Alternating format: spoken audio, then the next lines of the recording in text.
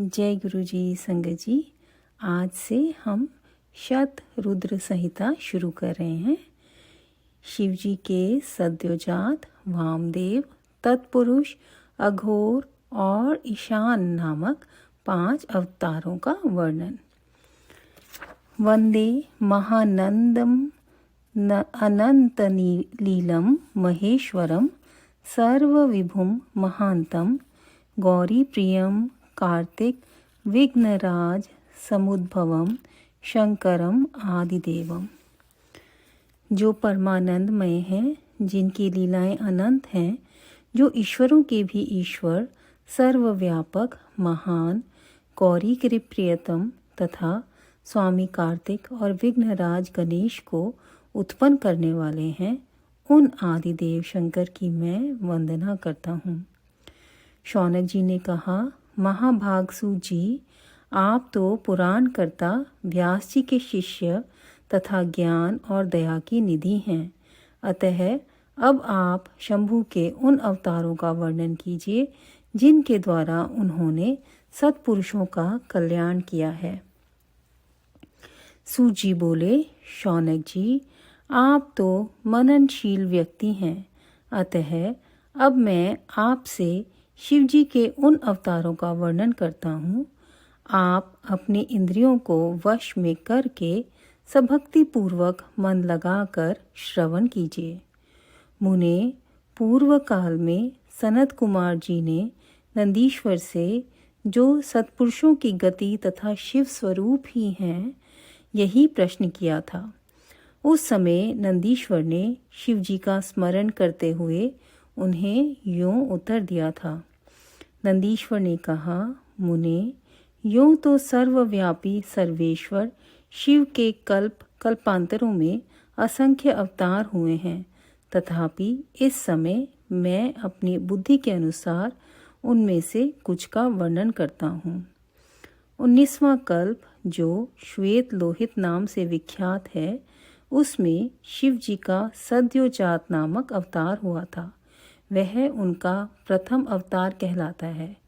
उस कल्प में जब ब्रह्मा पर ब्रह्म का ध्यान कर रहे थे, उसी समय एक श्वेत और लोहित वर्ण वाला शिखाधारी कुमार उत्पन्न हुआ। उसे देखकर ब्रह्मा ने मन ही मन विचार किया। जब उन्हें यह ज्ञात हो गया कि यह पुरुष ब्रह्म रूपी परमेश्वर है, तब उन्होंने अंजलि बांधकर उसकी वंदना की। फिर जब भुवनेश्वर ब्रह्मा को पता लग गया कि यह सद्योजात कुमार शिव ही हैं, तब उन्हें महान हर्ष हुआ। वे अपनी सद्बुद्धि से बारंबार उस पर ब्रह्म का चिंतन करने लगे। ब्रह्मा जी ध्यान कर ही रहे थे कि वहाँ श्वेत वर्ण वाले 4 यशस्वी कुमार प्रकट हुए। वे परमोत्कृष्ट, ज्ञान संपन्न तथा पर ब्रह्म के स्वरूप थे। उनके नाम थे सुनंद, नंदन, विश्वनंद और उपनंदन। ये सब के सब महात्मा थे और ब्रह्मा जी के शिष्य हुए। इनसे वह ब्रह्मलोक व्याप्त हो गया। तदंतर सद्योजात रूप से प्रकट हुए परमेश्वर शिव ने परम प्रसन्न होकर ब्रह्मा को ज्ञान तथा सृष्टि रचना की शक्ति प्रदान की। यह सद्योजात नामक पहला अवतार हुआ। तदंतर रक्त नाम से प्रसिद्ध 20वां कल्प आया। उस कल्प में ब्रह्मा जी ने रक्त वर्ण का शरीर धारण किया था। जिस समय ब्रह्मा जी पुत्र की कामना से ध्यान कर रहे थे, उसी समय उनसे एक पुत्र प्रकट हुआ। उसके शरीर पर लाल रंग की माला और लाल ही वस्त्र शोभा पा रहे थे। उसके नेत्र भी लाल थे और वह आभूषण भी लाल रंग का ही धारण किए हुए था। उस महान आत्मबल से संपन्न कुमार को देखकर ब्रह्मा जी ध्यानस्थ हो गए। जब उन्हें ज्ञात हो गया कि ये वामदेव शिव हैं, तब उन्होंने हाथ जोड़कर उस कुमार को प्रणाम किया। तत्पश्चात उनके विरजा, विवाह, विशोक और विश्वभावन नाम के 4 पुत्र उत्पन्न हुए, जो सभी लाल वस्त्र धारण किए हुए थे। तब वामदेव रूपधारी परमेश्वर शंभु ने परम प्रसन्न होकर ब्रह्मा को ज्ञान तथा सृष्टि रचना की शक्ति प्रदान की। यह वामदेव नामक दूसरा अवतार हुआ। इसके बाद 21वां कल्प आया, जो पीतवासा नाम से कहा जाता है। उस कल्प में महाभाग ब्रह्मा पीत वस्त्रधारी हुए। पीत मतलब पीला। जब वे पुत्र की कामना से ध्यान कर रहे थे, उस समय उनसे एक महातेजस्वी कुमार उत्पन्न हुआ।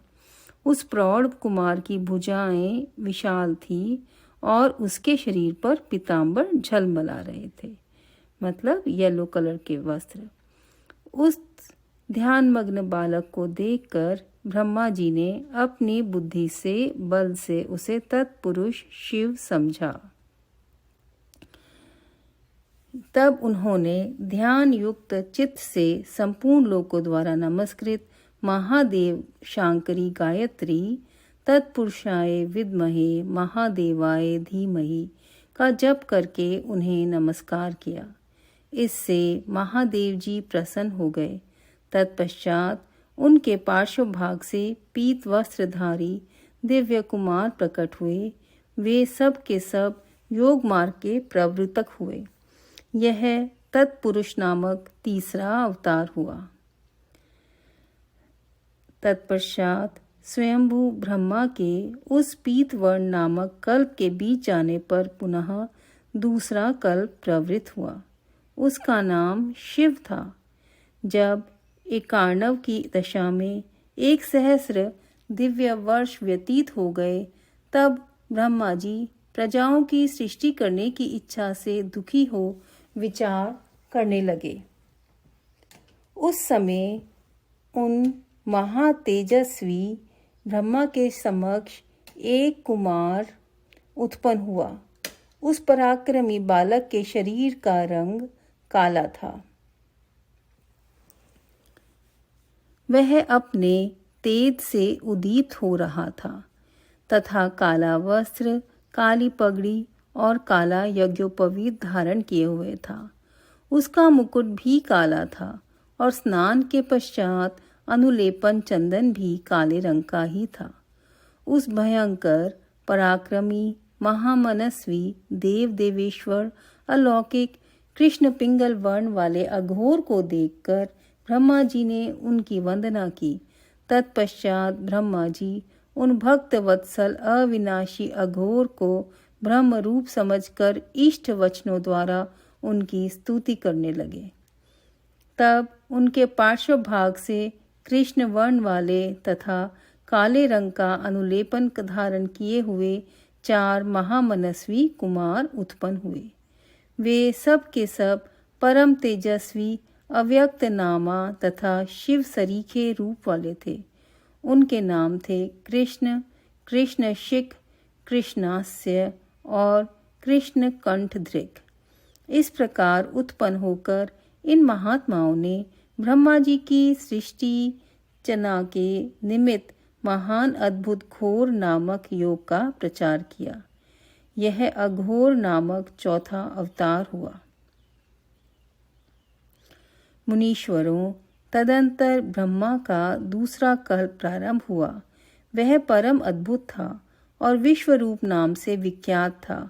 उस कल्प में जब ब्रह्मा जी पुत्र की कामना से मन ही मन शिवजी का ध्यान कर रहे थे, उसी समय महान सिंहनाद करने वाली विश्वरूपा सरस्वती प्रकट हुई तथा उसी प्रकार परमेश्वर भगवान ईशान प्रादुर्भूत हुए, जिनका वर्ण शुद्ध स्फटिक के समान उज्जवल था और जो समस्त आभूषणों से विभूषित थे।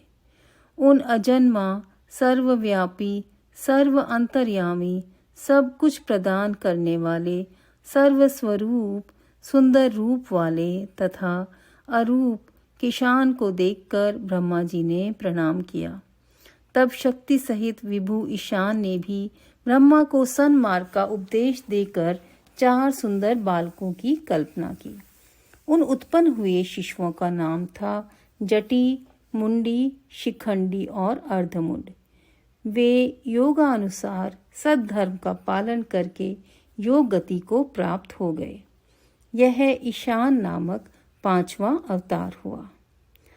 सर्वज्ञ सनत कुमार जी, इस प्रकार मैंने जगत की हित कामना से सद्योजात आदि अवतारों का प्राकट्य संक्षेप से वर्णन किया।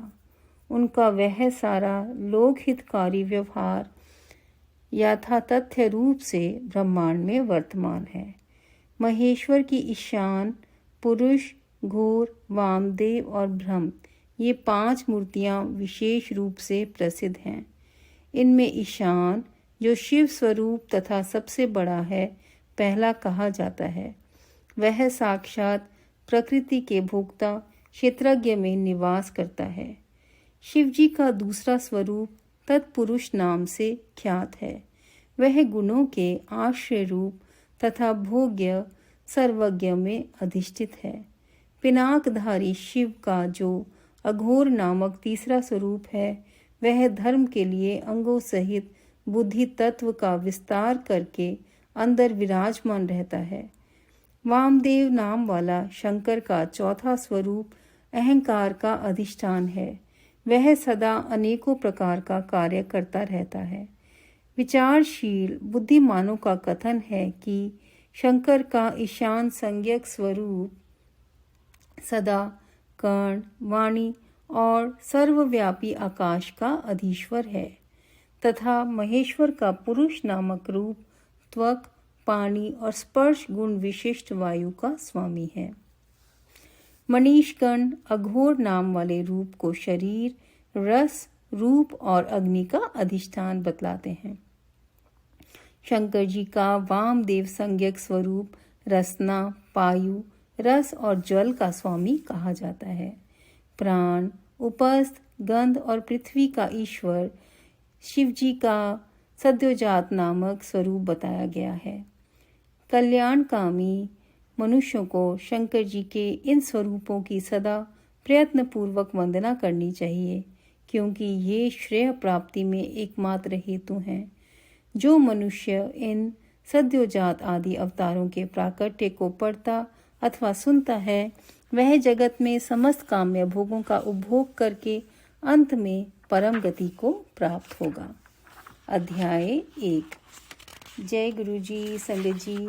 आज ये बड़ा सुंदर प्रसंग है यहाँ पर शतरुद्र संहिता के अंदर, और इसके अंदर आज शिव जी के सद्योजात, वामदेव, तत्पुरुष, अघोर और ईशान, इस 5 अवतारों का वर्णन किया गया है।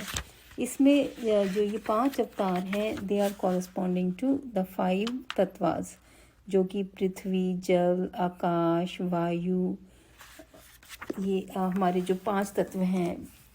तो उसके अंदर सबसे पहले इन्होंने बताया है, जो सद्योजात तत्व है वो पृथ्वी तत्व है, और जो वामदेव संज्ञक स्वरूप जो है वो है जल का तत्व। उसके बाद उन्होंने मतलब कि अघोर जो है वो तत्व वो है अग्नि का तत्व, और जो यहाँ पर जो पुरुष नामक त्वक है वो है वायु का स्वामी, और जो ईशान है वो आकाश का स्वामी। इस तरह से ये 5 तत्व कहे गए हैं। तो और इस तरह से उन्होंने बताया कि जो आकाश है, आकाश का जो स्वरूप है जो ईशान का, तो वो वाणी भी हमारे आकाश स्वरूप है, कर्ण और वाणी वो भी आकाश स्वरूप है, यहाँ पर ये भी बताया गया। अच्छा, उसके बाद उन्होंने बताया है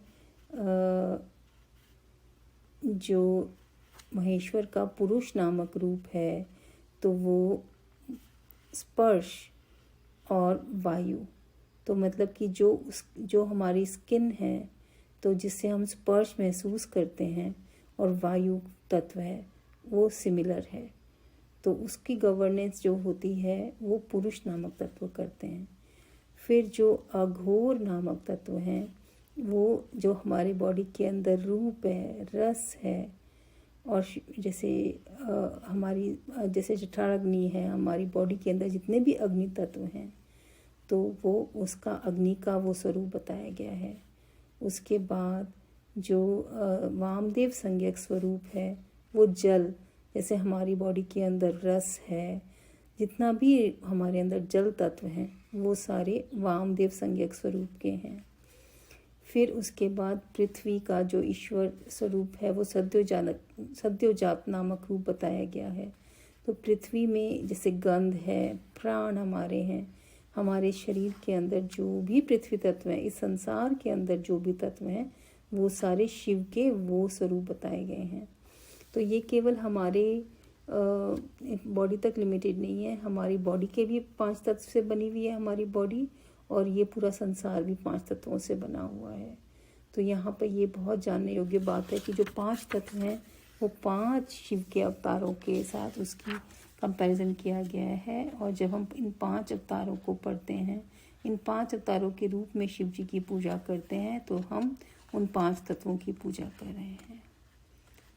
और साथ साथ में उन्होंने इन अवतारों के अलग अलग जैसे कलर्स के नाम के बताया कि कौन कौन से कलर पहन के ये अवतार प्रकट हुए थे। लाल रंग का बताया, पीले रंग का बताया, काले रंग का बताया, और फिर उसके बाद उन्होंने स्फटिक के समान वर्ण बताया, जो कि सफ़ेद रंग एकदम सरस्वती जी का रूप जैसे दूध का रूप रंग होता है उसका, तो वो उसका रंग बताया।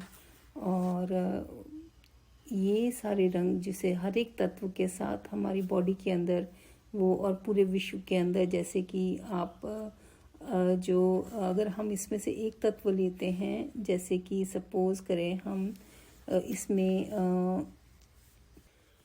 तो इस प्रकार से ये बहुत ज़्यादा गूढ़ है संगत जी, हमारी बुद्धियों के परे है। लेकिन जैसे जैसे गुरु जी को